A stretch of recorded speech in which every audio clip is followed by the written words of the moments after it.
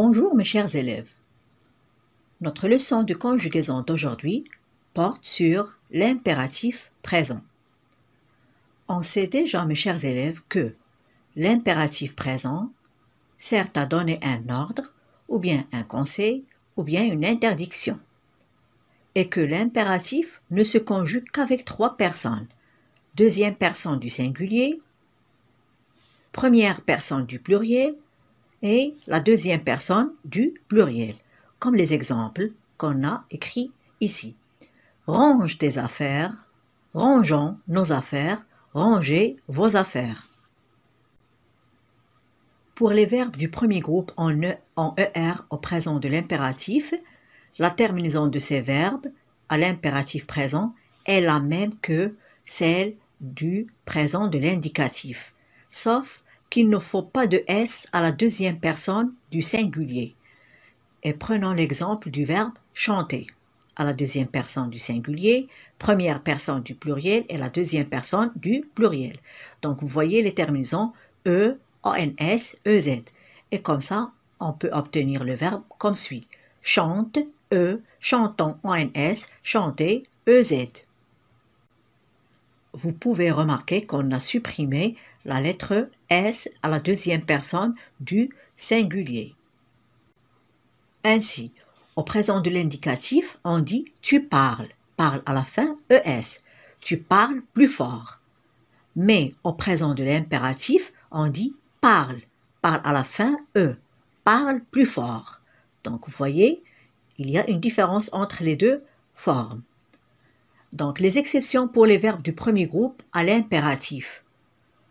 Quand, à la deuxième personne du singulier du présent, le verbe se termine par E et qu'il est suivi du pronom en ou bien du pronom Y, on ajoute un S. Ici, c'est l'exception. C'est l'exception. Voyons l'exemple numéro 1. Range tes affaires. Donc, ça, c'est la règle en général. On a conjugué le verbe ranger à la deuxième personne du singulier au présent de l'impératif. Et on a range tes affaires, range à la fin E. Mais si on ajoute le pronom Y devant le verbe ranger, on va ajouter la lettre S. Pourquoi? Parce qu'on a un problème de sonorité. Pour éviter ce problème de sonorité, on ne peut pas dire range-i. C'est pour cela qu'on a ajouté la lettre S pour prononcer « range-y tes affaires ». La même chose pour le verbe couper. Coupe des pommes. Coupe à la fin E. Mais si on place le pronom « en » devant le verbe couper, on doit ajouter la lettre S aussi pour un problème de sonorité, pour ne pas dire « coupe-en ». Donc, on ne peut pas le dire, donc on a ajouté la lettre S pour dire « coupe-en ». Pour les verbes du deuxième groupe en IR au présent de l'impératif. Donc, ils ont les mêmes terminaisons et la même conjugaison que celle du présent de l'indicatif. Sauf qu'au présent de l'impératif, on conjugue à trois personnes seulement. Deuxième personne du singulier, première personne du pluriel, deuxième personne du pluriel. Et on a les mêmes terminaisons du présent de l'indicatif et la même conjugaison, bien sûr. Donc, prenons comme exemple le verbe finir. Donc, on dit au présent de l'indicatif « tu finis », au présent de l'impératif « finis ». On supprime seulement le pronom personnel. Seulement le pronom personnel. On n'a pas supprimé la lettre S comme dans les verbes du premier groupe à la deuxième personne du singulier.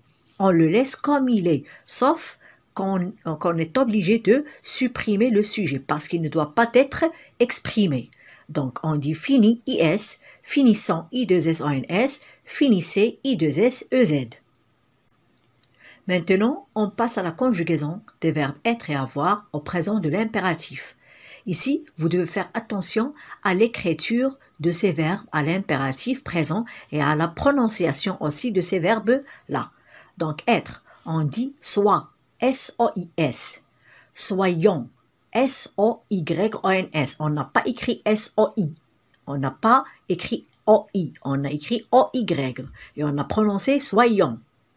Soyez, S-O-Y-E-Z. Le verbe avoir. Donc, Écoutez bien comment je vais prononcer ce verbe à l'impératif.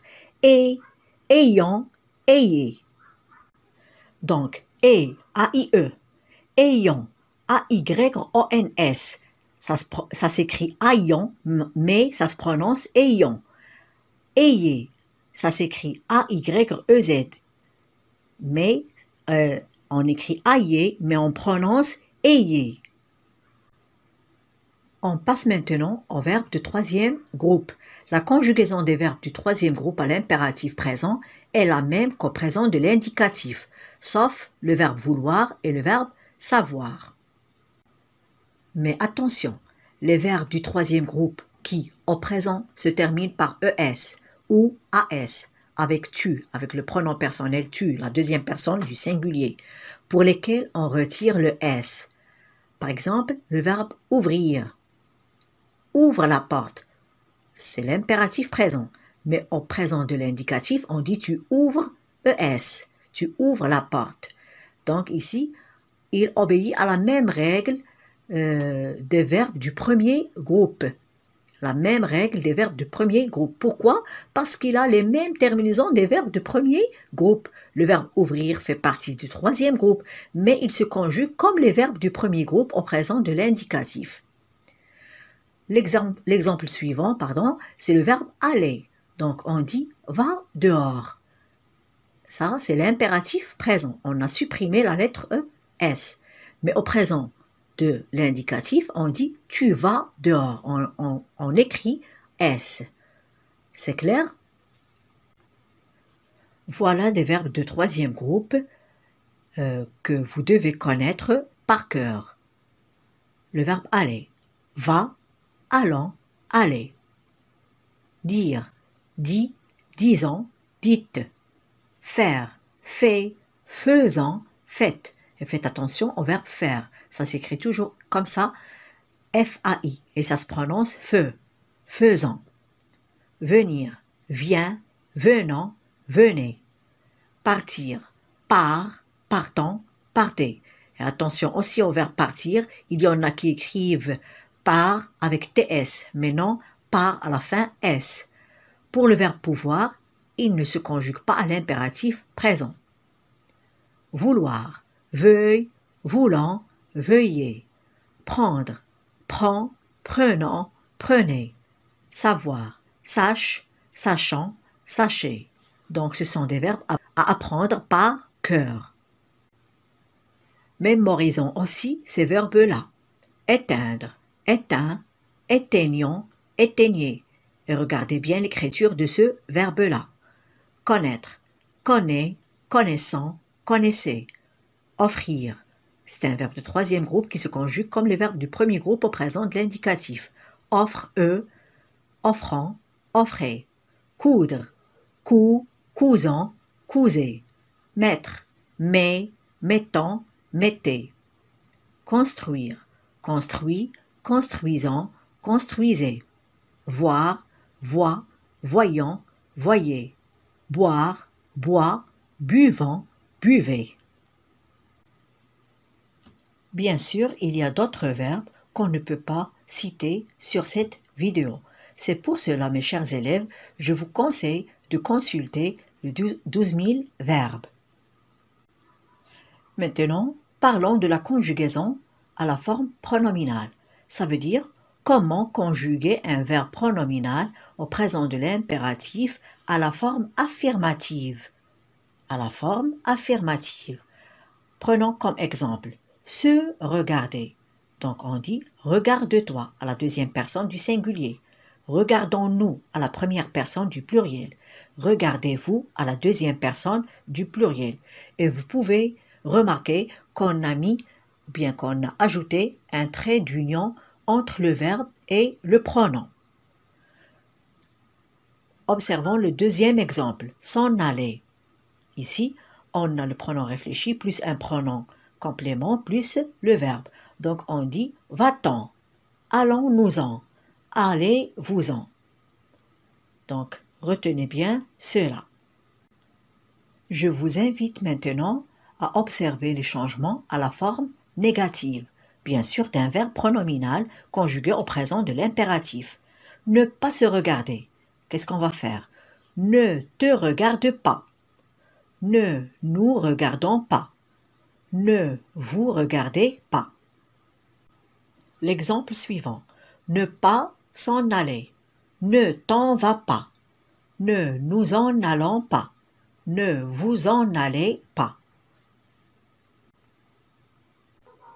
Donc, ce que vous devez retenir et ne jamais oublier que les verbes conjugués à l'impératif présent sont très proches du présent de l'indicatif, sauf avoir, être, savoir et vouloir, qui se forment sur le présent du subjonctif.